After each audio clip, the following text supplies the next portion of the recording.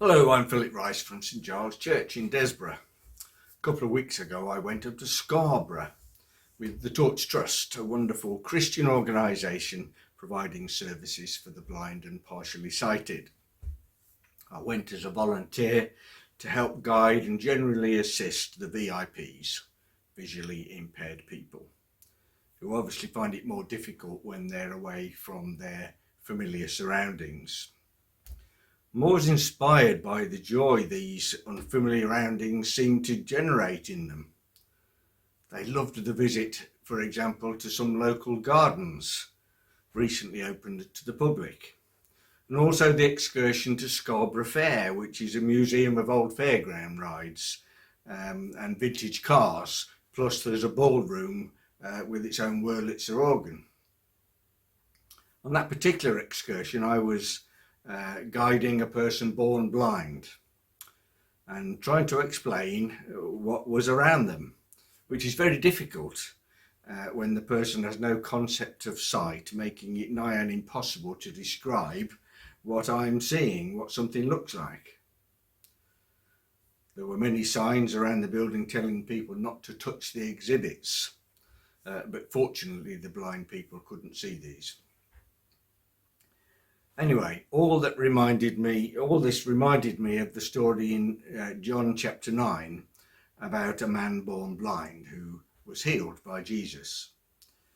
It's worth reading the whole of chapter 9 and chapter 10, which seems to me to be one continuous narrative. Chapter 10, of course, is the sheep chapter, part of which is usually included in the lectionary at some point at this time of year, in the Easter season, in which Jesus says, "I am the gate for the sheep and I am the good shepherd." Actually, in chapter 9 he also repeats, "I am the light of the world," which he originally said in chapter 8.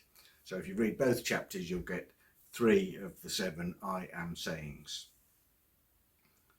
"I am the gate" at the beginning of chapter 10 might more accurately be translated as "I am the door."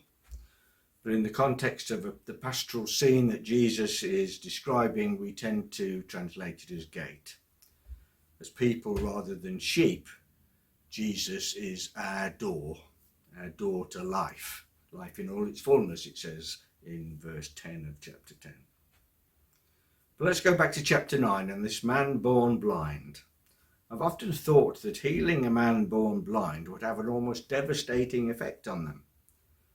If, like many blind people, he didn't detect the difference between light and dark, then sudden exposure to the light, the sudden bright sunny day in Palestine, that sudden exposure would probably blind him, or at least cause him to squint a lot. So presumably in giving him sight, Jesus also enabled him to cope with that transformation in this new life. I'm guessing that he would probably have to close his eyes to find his way home, perhaps occasionally opening them to see and take in what was around him. The story as John tells it includes some dialogue with his parents, who confirmed that he was definitely their son and that he'd definitely been born blind. He would only presumably recognise his parents by hearing and or touching them, since he'd previously no idea what they looked like. During our time in Scarborough, Mike Townsend, who is chair of the Torch Trust, and who went blind when he was about 8 years old, he told us that he wouldn't want to have his sight restored because he'd had such a wonderful life as a blind person and he didn't want to spoil it. Such would be the transformation.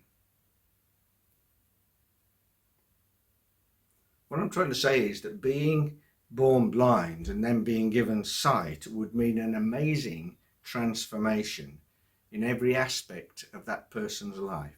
Every experience in your life would now be different because a new sense has been added. So then we come to chapter 10, and Jesus says, I am the door. He also says, all who have come before me are thieves and robbers, but the sheep have not listened to them. I am the gate, he repeats. I am the gate. Whoever enters through me will be saved. Jesus is the door that saves. The blind man entered through the right door, through Jesus, and his life was transformed. The sheep listen to his voice, the voice of the good shepherd, but run away from the thieves and robbers who try to enter by another way. So the questions for all of us are, whose voice do we listen to, and which door do we enter by? Jesus is the door. There are many others trying to lead us different ways through a different door. There are many trying to control the narrative with their fake news. But Jesus is the only true way, and the only way that leads to a transformed life and to life in all its fullness, as it says in John 10, verse 10. Amen.